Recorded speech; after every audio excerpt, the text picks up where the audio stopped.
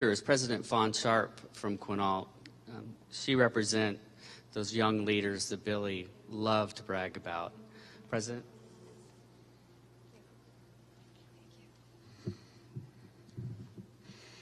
Thank you very much.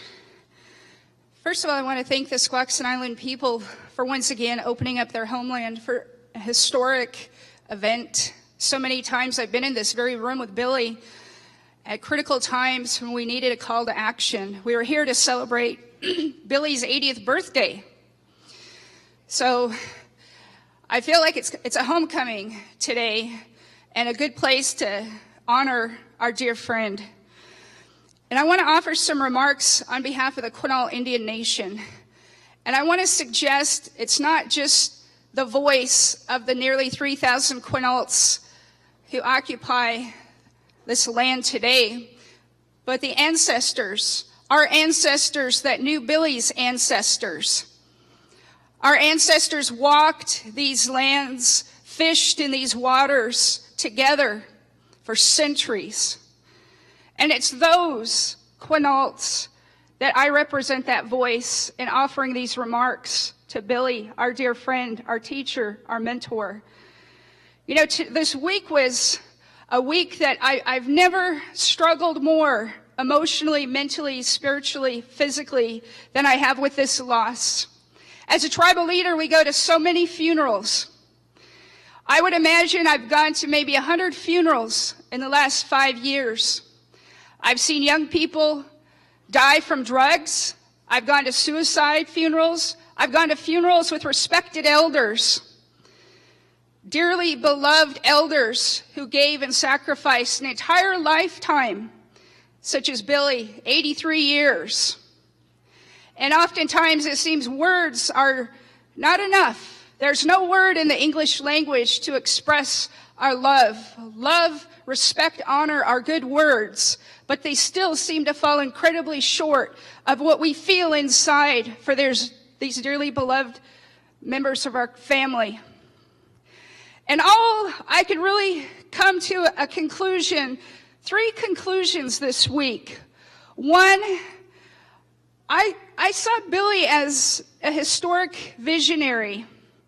And what I mean by that, Billy had this ability to go back to treaty time and talk about what the treaties meant, not just in the text of the treaty. We could all recite language in the treaties, but Billy had this incredible understanding of what those words meant. So much to the point, there were times where I wondered if Billy was actually there at treaty time 150 years ago.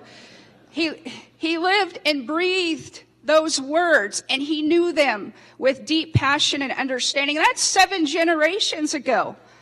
At the same time, this one individual could see 7 generations into the future as a visionary.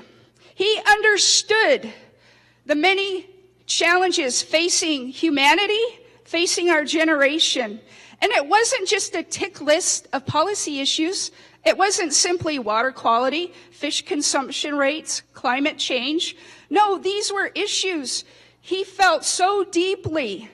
And from my perspective, it was his understanding of how all things are connected.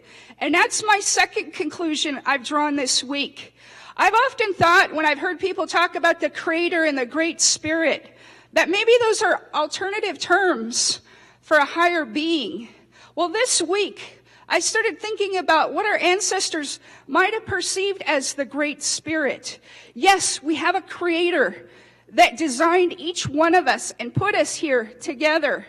But that Great Spirit is a spirit that when Billy spoke, it wasn't something that just triggered or piqued a thought or something in your mind. It was something that ignited your heart and your mind and even your body. Like you wanted to go out and go to battle that day. And that was Billy appealing to us.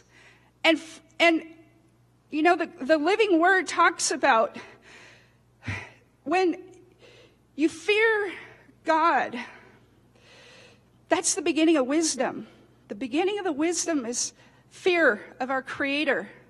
And I would imagine if you could match up Billy's humility his recognition that we as human beings are limited, that we have to seek the Creator's guidance and wisdom. The depths of his humility would probably mirror the height of his wisdom. He was a humble man. He was a man that loved each one of us. He was a man that believed in this Chief Seattle, all things are connected. That great spirit that lives in not only us as natives, those that are non-natives, the fish in the rivers, the plants, the trees, all things. That is the great spirit that lives in each one of us. And so for me, that visionary, that historical person that embodied a perspective that spans the sands of time from the very beginning to the end. Very few people can offer and bring to us that perspective. Some are still caught up in yesterday. Some are occupied by today. Some have very short-sighted vision. Some have, a 10-year, 20-year vision out. And we make decisions within that context. But this was a man who understood all those generations back, and he loved all those issues and things that were before us, and he implored us to give selflessly for the betterment of not just us today, but to honor those ancestors and to lay that foundation for future generations. That's the Billy that I had the honor and privilege to learn from, to walk the path with. It was a short time, but there were days when we sat in front of Norm's committee during the House Appropriations testimony. We'd get on those airplanes, we'd see each other in baggage claim. Fight the good fight, keep up the battle. I just want to say today, in honor of Billy, we're honoring our mothers, those that gave us life. And for every mother here, and grandmother and great-grandmother, we honor you. But it's also appropriate that this day we honor one who gave us a fighting spirit. What a day to celebrate those that are givers of life and the man that's a giver of the fighting spirit for us and for future generations. And to the family, you have an entire generation of those that will carry Billy's tradition. And our work, his work, will echo throughout eternity until we see this man again. I love you, Billy. Thank you for all that you taught me. Thank you for all that you've given to us. Thank all that you've done to serve our citizens, our people, our children, and to honor our ancestors. Thank you, Billy. I love you.